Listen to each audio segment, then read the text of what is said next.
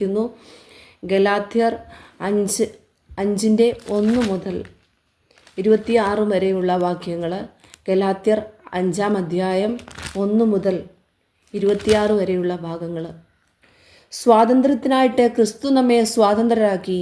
ആകയാൽ അതിൽ ഉറച്ചു നിൽപ്പീൻ. അടിമനുഖത്തിൽ പിന്നെയും കുടുങ്ങിപ്പോകരുത്. നിങ്ങൾ പരിച്ഛേദനയേറ്റാൽ ക്രിസ്തുവിനെ കൊണ്ട് നിങ്ങൾക്ക് ഒരു പ്രയോജനവുമില്ല എന്ന് പൗലോസായ ഞാൻ നിങ്ങളോട് പറയുന്നു. പരിച്ഛേദന ഏൽക്കുന്ന ഏതു മനുഷ്യനോടും അവൻ ന്യായപ്രമാണം മുഴുവനും നിവർത്തിപ്പാൻ കടപ്പെട്ടിരിക്കുന്നു എന്ന് ഞാൻ പിന്നെയും സാക്ഷീകരിക്കുന്നു. ന്യായപ്രമാണത്താൽ നീതീകരിക്കപ്പെടുവാൻ ഇച്ഛിക്കുന്ന നിങ്ങൾ ക്രിസ്തുവിനോട് വേർപെട്ടു പോയി. നിങ്ങൾ കൃപയിൽ നിന്ന് വീണുപോയി. ഞങ്ങളോ വിശ്വാസത്താൽ നീതി ലഭിക്കുമെന്നുള്ള പ്രത്യാശാ നിവൃത്തിയെ ആത്മാവിനാൽ കാത്തിരിക്കുന്നു. ക്രിസ്തു യേശുവിൽ പരിച്ഛേദനയല്ല, അഗ്രചർമ്മവുമല്ല, സ്നേഹത്താൽ വ്യാപരിക്കുന്ന വിശ്വാസമത്രേ കാര്യം. നിങ്ങൾ നന്നായി ഓടിയിരുന്നു. സത്യം അനുസരിക്കാതിരിപ്പാൻ നിങ്ങളെ ആർ തടുത്തു കളഞ്ഞു? ഇങ്ങനെ നിങ്ങളെ അനുസരിപ്പിച്ചത് നിങ്ങളെ വിളിച്ചവൻ്റെ പ്രവൃത്തിയല്ല. അസാരം പുളിമാവ് പിണ്ടത്തെ മുഴുവനും പുളിപ്പിക്കുന്നു. നിങ്ങൾക്ക് ഭിന്നാഭിപ്രായം ഉണ്ടാകുകയില്ല എന്ന് ഞാൻ കർത്താവിൽ ഉറച്ചിരിക്കുന്നു. എന്നാൽ നിങ്ങളെ കലക്കുന്നവൻ ആരായാലും ശിക്ഷാവധി ചുമക്കും. ഞാനോ സഹോദരന്മാരെ ഇപ്പോഴും പരിച്ഛേദന പ്രസംഗിക്കുന്നു എന്ന് വരികിൽ ഇനിയും ഉപദ്രവം സഹിക്കുന്നത് എന്ത്? അങ്ങനെയെങ്കിൽ ക്രൂശിൻ്റെ ഇടർച്ച നീങ്ങിപ്പോയല്ലോ. നിങ്ങളെ കലഹിപ്പിക്കുന്നവർ അംഗച്ഛേദം ചെയ്തു കൊണ്ടാൽ കൊള്ളായിരുന്നു. സഹോദരന്മാരെ, നിങ്ങൾ സ്വാതന്ത്ര്യത്തിനായി വിളിക്കപ്പെട്ടിരിക്കുന്നു. ഈ സ്വാതന്ത്ര്യം ജഡത്തിന് അവസരമാക്കുക മാത്രം ചെയ്യാതെ സ്നേഹത്താൽ അന്യോന്യം സേവിപ്പീൻ.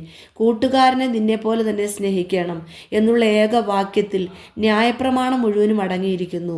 നിങ്ങൾ അന്യോന്യം കുടിക്കുകയും തിന്നുകയും ചെയ്താലോ ഒരുവനാൽ ഒരുവൻ ഒടുങ്ങിപ്പോകാതിരിപ്പാൻ സൂക്ഷിച്ചുകൊള്ളുവീൻ. ആത്മാവിനെ അനുസരിച്ച് നടപ്പീൻ.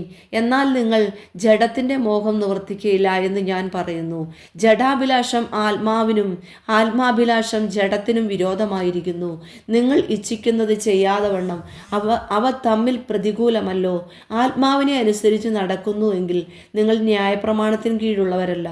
ജഡത്തിൻ്റെ പ്രവൃത്തികളോ ദുർനടപ്പ്, അശുദ്ധി, ദുഷ്കാമം, വിഗ്രഹാരാധന, ആഭിചാരം, പക, പിണക്കം, ജാരശങ്ക, ക്രോധം, ശാഠ്യം, ദ്വന്ദ്വപക്ഷം, ഭിന്നത, അസൂയ, മദ്യപാനം, വെറുക്കൂത്ത് മുതലായവ എന്ന് വെളിവാകുന്നു. ഈ വക പ്രവർത്തിക്കുന്നവർ ദൈവരാജ്യം അവകാശമാക്കുകയില്ല എന്ന് ഞാൻ മുമ്പേ പറഞ്ഞതുപോലെ ഇപ്പോഴും നിങ്ങളോട് മുൻകൂട്ടി പറയുന്നു. ആത്മാവിൻ്റെ ഫലമോ സ്നേഹം, സന്തോഷം, സമാധാനം, ദീർഘക്ഷമ, ദയ, പരോപകാരം, വിശ്വസ്തത, സൗമ്യത, ഇന്ദ്രിയജയം. ഈ വകയ്ക്ക് വിരോധമായി ഒരു ന്യായപ്രമാണവുമില്ല. ക്രിസ്തുയേശുവിനുള്ളവർ ജഡത്തെ അതിൻ്റെ രാഗമോഹങ്ങളോടുകൂടെ ക്രൂശിച്ചിരിക്കുന്നു. ആത്മാവിനാൽ നാം ജീവിക്കുന്നുവെങ്കിൽ ആത്മാവിനെ അനുസരിച്ച് നടക്കുകയും ചെയ്യുക. നാം അന്യോന്യം പോരിന് വിളിച്ചും അന്യോന്യം അസൂയപ്പെട്ടും കൊണ്ട് വൃദ്ധാഭിമാനികൾ ആകരുത്.